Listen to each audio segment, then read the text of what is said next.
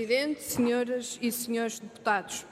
Vemos nesta Câmara a discutir os problemas ligados à sustentabilidade da segurança social com um debate promovido pelo PSD. Continua de facto a ser estranho que, passado 4 anos de sucessiva destruição do país, se mostrem tão preocupados com o tema.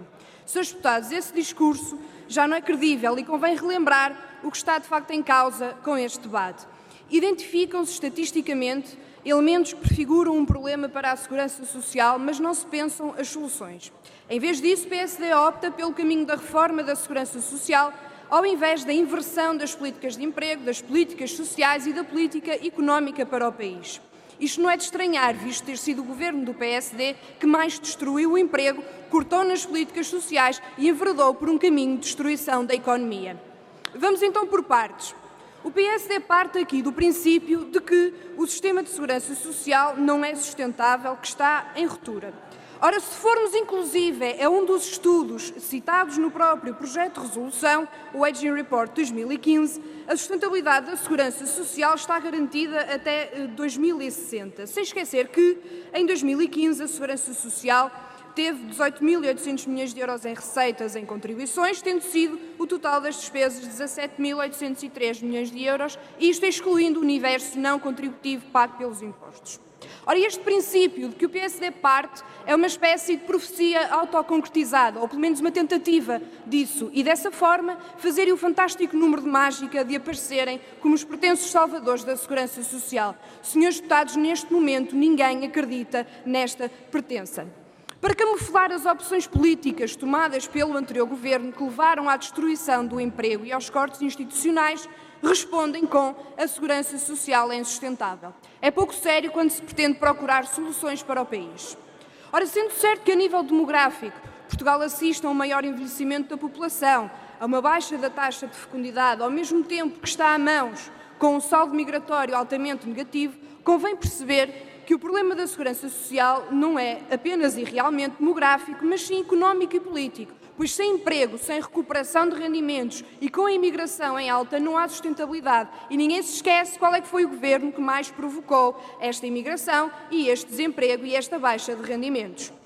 Também não se pode querer falar de solidariedade, apoio a quem mais dele precisa, quando, indiscutivelmente, nos últimos 4 anos foram cortadas prestações sociais, houve uma baixa significativa do salário médio, uma precarização crescente das relações laborais, o que só por si leva a menos contribuições para a própria segurança social e uma imigração sem precedentes. O país sofreu com um corte ou baixa das prestações sociais de apoio à família, o que obviamente aumenta a taxa de pobreza de forma acentuada desde 2011. Os mais idosos sentiram na pele o corte do complemento solidário para idosos e das pensões mínimas. Os desempregados viram-se numa situação de maior vulnerabilidade com o corte de rendimento social de inserção, do subsídio de desemprego e social de desemprego. Não esqueçamos que também, relativamente aos dados, o desemprego nunca cresceu tanto como no tempo da política de austeridade da direita. Os pensionistas viram o seu contrato social rasgado com o aumento das perdas acumuladas das suas pensões, o equivalente a 7 meses em 5 anos. E sem esquecer, claro, o pretendido corte de 600 milhões de euros nas pensões anunciado em Bruxelas e nunca admitido aqui. Na verdade, não há maior impacto na segurança social do que aquele provocado pelas escolhas políticas para o modelo social e económico que se quer para o país. E os últimos 4 anos foram, bem, exemplo da força desse impacto que, de novo aqui, PSD tenta camuflar.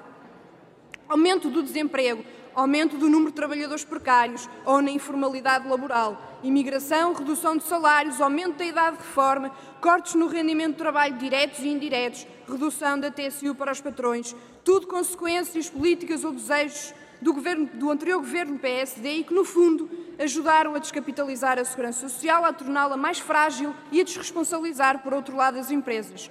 Como se pode, depois deste historial negro, pretender arrogar-se a salvador daquilo que destruiu? Ou seja, o anterior governo tudo fez para quebrar princípios básicos como a igualdade, solidariedade, universalidade e promoção da coesão social. Não só com a própria segurança social, que está aqui em causa no debate, mas em todas as áreas da vida do país. O que se deveria aqui discutir seriamente, mas percebe-se que não possa vir do PSD, é que caminho se pretende para o futuro do emprego neste país. O investimento que deve ser feito na economia e nas pessoas que mais precisam.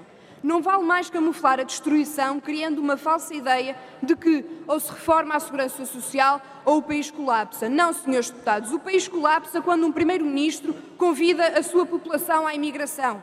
O país colapsa quando se destrói o emprego com direitos e, em nome da competitividade e produtividade, se criam exércitos de estagiários para benefício das empresas, estagiários esses que não veem um contrato de trabalho durante anos. O país colapsa quando não há uma ideia de construção, mas de destruição do tecido laboral, que foi tudo o que foi feito durante os últimos 4 anos.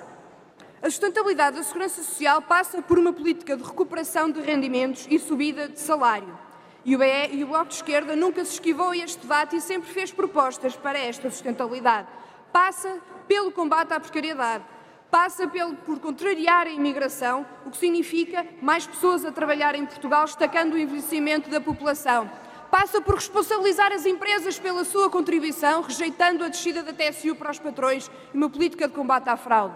Passa pela valorização das carreiras contributivas longas, não penalizando quem trabalha há tantos anos. Passa pela diversidade de fontes de financiamento da segurança social, como ter em conta o valor acrescentado bruto das empresas e não apenas o número de trabalhadores, considerando as transformações na economia.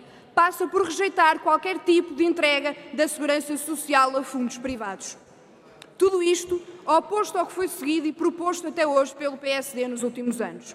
Verdadeiramente, estamos perante mais um projeto de resolução e mais um debate promovido pelo PSD para atirar areia para os olhos dos portugueses, numa tentativa de escamotear a raiz dos problemas identificados e as suas soluções.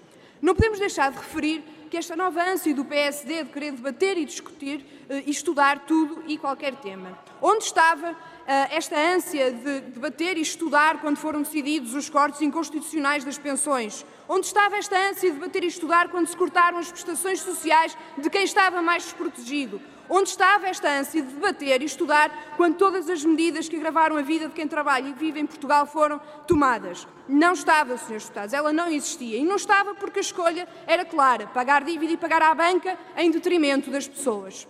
Tudo o que sabemos de facto dos planos do PSD para a segurança social resumem-se a uma coisa: privatização parcial e progressiva da segurança social, deixando de parte políticas de emprego, de combate à precariedade, do emprego com qualidade para promover também a natalidade, por exemplo. Enfim, deixa de lado a resolução das causas dos problemas identificados e opta por alterar o modelo público universal da segurança social.